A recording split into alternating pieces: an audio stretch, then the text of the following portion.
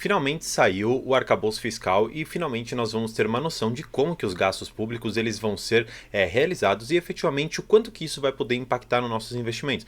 Claro, muitos investidores, muitos analistas fazem uma projeção do quanto que o governo vai gastar, quanto que será necessário de manutenção ou redução de taxa de juros e pior, pode ser que haja até um aumento na nossa taxa de juros básica, que é a nossa Selic, e isso consequentemente vai acabar impactando nossos investimentos na Bolsa de Valores. Mas claro, se você quer saber um pouco sobre como ficou o arcabouço fiscal e, no final das contas, onde que os analistas indicam que seria melhor colocar o nosso dinheiro agora para no médio e longo prazo conseguir um determinado valor, determinado dinheiro, fique comigo para logo após o vídeo. Então, vamos pro vídeo.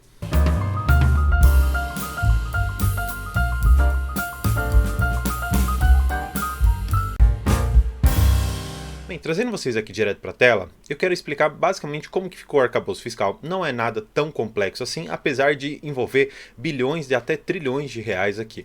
Então, a primeira coisa que eles colocam é que o arcabouço proposto pelo governo prevê uma variação de despesa sempre menor que a variação de receita. Então é assim, nós temos um determinado valor que pode ser gasto em forma de receita, que é aquele valor que o governo ele arrecada, seja por meio de dividendos que as empresas pagam, pelos tributos que nós pagamos, enfim, todas as formas de receita que o governo tem. O que acontece? Quando nós temos um determinado valor, esse valor ele tem que ter uma certa correção para que a gente consiga ano contra ano ou até semestre contra semestre ter uma variação suficiente para fazer frente àqueles gastos. Então, por exemplo, pense por exemplo num hospital público, que nós temos ali enfermeiros, técnicos e médicos que são pagos pelo valor ali que nós temos de receita pública. Só que quando acaba, por exemplo, um ano, esse valor de remuneração ele é reajustado. Então nós precisamos ter na parte de receitas um valor corrigido, um valor razoável ali para fazer frente à atualização monetária, por exemplo, que os funcionários vão receber. E claro, isso se aplica para todos os âmbitos dentro da máquina pública. Então, o que eles decidiram fazer? Quando nós temos uma receita, a variação que nós vamos ter, ela tem que ter um certo limite. Qual que seria essa variação? Essa variação seria de 70%, mas calma. Não quer dizer que eu tenha, por exemplo, 1 trilhão de reais e que só vou poder gastar 700 bilhões. Tem uma outra conotação e aí eu acho interessante esse exemplo. Vamos supor que a arrecadação ela subiu 2%. A arrecadação subindo 2% significa que, em cima daquela base inicial que eu tinha, eu consegui 2% a mais como se fosse uma certa correção, vamos dizer assim, correção daquela receita inicial. O que isso significa? Que 70% desse valor que eu consegui a mais, eu vou poder aumentar em forma de despesa, não podendo passar disso. Ou seja, 70% desses dois aqui significaria um aumento de 1,4 nas despesas. O que isso leva no médio e longo prazo? Significa que eu vou arrecadar sempre mais e eu vou ter sempre aqui uns 30% de gordura em relação ao ano anterior. Claro, parece pouco porque a gente está falando nesse exemplo aqui de 0,6 pontos percentuais, mas ainda assim, no médio e longo prazo, considerando um plano de governo bem estruturado, isso aqui pode sim trazer à tona uma temática que eu acho muito importante, que é um superávit primário. O que seria esse superávit primário? Basicamente, significa que nós temos mais receitas que estão sendo arrecadadas do que efetivamente gastos que nós temos. Quando nós temos esse cenário, que seria o cenário ideal, a gente conseguiria fazer duas coisas que o governo ele coloca aqui também que está dentro do plano deles, que é a parte de investimentos, seja investimento em pessoas, seja investimentos, seja em melhoria para outros ramos que nós sabemos que são muito deficitários aqui no Brasil. Então eu acho isso bastante importante, mas claro, não vai ser para agora. E quando nós temos um superávit primário, ou seja, nós conseguimos arrecadar mais do que efetivamente aquilo que nós estamos gastando, consequentemente nós conseguimos ter uma redução da taxa de juros, e isso, claro, para dentro da Bolsa de Valores é extremamente importante, assim como eu já venho comentando em diversos vídeos. Mas, indo especificamente para outras questões aqui do plano aqui de orçamento, o plano de arcabouço fiscal.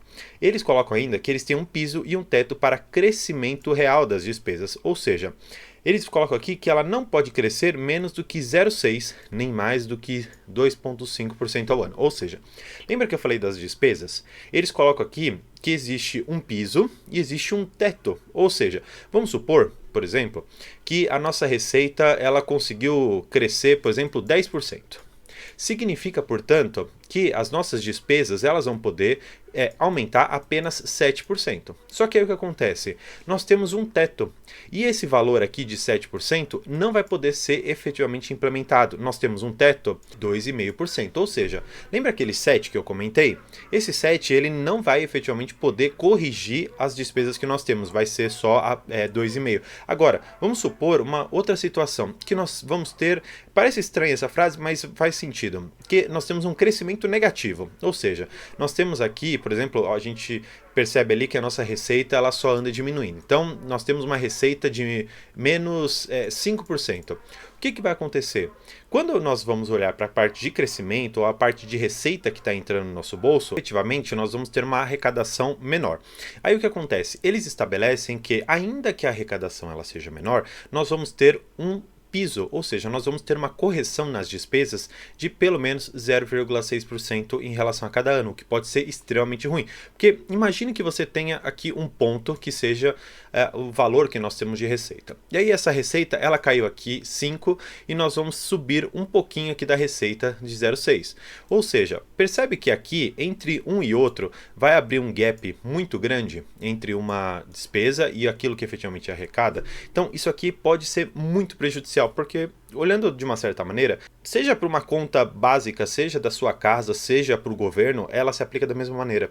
Quando você gasta mais do que você efetivamente tem, você acaba gerando aqui um rombo nas suas contas e, claro, quando você faz isso, de uma certa maneira, o governo ele precisa pegar empréstimos, ele precisa se financiar de uma certa maneira e, fazendo isso, como que ele consegue mexer na economia? Aumentando as taxas de juros. Por quê? Aumentando as taxas de juros, nós vamos trazer mais dinheiro para dentro do tesouro. Trazendo mais dinheiro para dentro do tesouro, esse tesouro ele tem que ter uma certa atratividade. E a atratividade no tesouro ela é representada pelo aumento das taxas de juros e acabam remunerando melhor o dinheiro. Só que isso traz mais dinheiro para o governo. Para efetivamente a gente conseguir entender qual que é a relação que nós temos de um superávit público ou de um déficit primário, nós precisamos entender uma questão bem específica, que é como que isso influencia na nossa bolsa de valores. Eu já mostrei alguns vídeos aqui para vocês que quando nós temos juros subindo, nós temos uma bolsa que sempre vai cair. Por quê? Quando nós temos o fluxo de caixa das empresas, colocando esse valor ao longo do tempo, nós vamos perceber que quanto maior as taxas de juros forem, menos no longo prazo aquela empresa acaba valendo. Por quê? Se eu lucrei, por exemplo, R$1 milhão e eu tenho uma taxa de 10%, por exemplo, no próximo ano eu vou ter, vamos dizer assim, um lucro de mais ou menos R$900 mil. Agora, seguindo toda essa trajetória para frente, nós vamos conseguir perceber que com uma taxa de juros alta, o nosso valor ao longo do tempo acaba sendo muito reduzido. E quando nós trazemos isso com base em fórmulas e com base em métodos ali matemáticos, nós trazemos esse valor para o presente, fazemos ali uma divisão de mais ou menos quantas ações a empresa possui e aí nós vamos achar o valor justo dessa empresa. Eu fiz um vídeo onde eu comentei muito mais especificamente, trouxe exemplos claros de como que isso efetivamente acontece e mostrei quanto que uma empresa fictícia ali valeria a depender da taxa de juros, então vou convidar vocês também para assistir esse vídeo. Agora, olhando mais uma vez aqui para o arcabouço fiscal, eles colocam, claro, toda essa regra aqui de aumento nas suas despesas e aumento no quanto que eles vão poder gastar em relação àquele valor que efetivamente foi arrecadado. Olhando aqui especificamente para a apresentação, eles colocam aqui um compromisso primário, ou seja, um compromisso nas arrecadações, e temos aqui uma questão de PIB. O que eu achei interessante, eu vi diversos canais comentando sobre isso. Eles têm aqui uma expectativa de um PIB em menos 0,5%. Só que acontece, a expectativa do mercado é que esse valor fosse de menos 1,02%. Aí que vem a minha curiosidade. Ainda que nós tivéssemos o pior dos cenários, eles estão projetando aqui menos 0,75%. Como que de um tempinho para o outro, nós conseguimos ganhar aqui 0,27 de PIB, assim, praticamente do nada. E pior ainda, como que eu vou confiar em todas essas outras trajetórias aqui que eles colocam se toda a expectativa de mercado está abaixo disso? Claro, eu gostaria muito que o Brasil ele entregasse um PIB no final ali, por exemplo, de 2026 de 1,25. Seria realmente algo muito interessante para a gente. Claro, o crescimento do Brasil é a nossa expectativa, é o que a gente realmente gostaria. Mas agora, como que efetivamente eles vão conseguir atingir isso? E realmente, será que esses gastos e esses dados aqui eles são claros o suficiente para a gente ter a noção, porque o que me parece é que esse arcabouço fiscal ele foi muito mais feito a toque de caixa do que ele efetivamente foi feito para mostrar alguma atitude do governo. Me parece muito mais que o mercado estava pressionando ali o Haddad a fazer efetivamente o arcabouço fiscal, mostrar que ele efetivamente está trabalhando, ou talvez o mercado queria saber, olha, me mostra alguma coisa para ver se você entende do que você está fazendo, se o cargo que você está não é efetivamente político e você não tem capacidade para estar lá. Bem, ele fez isso, ele mostrou o arcabouço fiscal e ele colocou aqui para nós algumas metas. E claro, se você quiser saber essas metas, estão muito relacionadas à questão de saúde, educação, investimentos, salário mínimo, Bolsa Família e Minha Casa Minha Vida. Trazendo aqui que eles querem trazer mais pobres de volta para o orçamento, ou seja, eles querem colocar pessoas que estão ali em situação de rua ou uma situação muito complicada, até para a questão de subsistência e de sobrevivência, e eles querem trazer essas pessoas para baixo do cobertor do governo para conseguir manter essas pessoas, recuperar essas pessoas. Além disso, eles querem uma recuperação no orçamento de políticas públicas essenciais, claro, ligada aqui à saúde, educação, provavelmente também segurança, e eles querem trazer mais espaço para investimento público. Isso aqui é o que mais me preocupa. Por quê? Eu, particularmente, tenho uma visão onde o Estado ele deve ficar menos dentro dessa questão de investimentos relacionados a sistemas concorrenciais. Melhor explicando isso aqui que eu quero dizer. Quando eu falo que a saúde precisa de um investimento público, tá bom, seria interessante a gente entregar a saúde pública para as pessoas e ser um investimento público efetivamente bem gasto. Agora, quando nós estamos falando, por exemplo, de petróleo, quando estamos falando de outros sistemas aqui de investimento que tem uma concorrência com o privado, eu particularmente tomaria um pouco de cuidado. Olhando também para investimento público, nós temos, por exemplo, a Eletrobras, que foi recentemente privatizada e que teve lá um certo burburinho no governo de que talvez pudessem reverter essa privatização.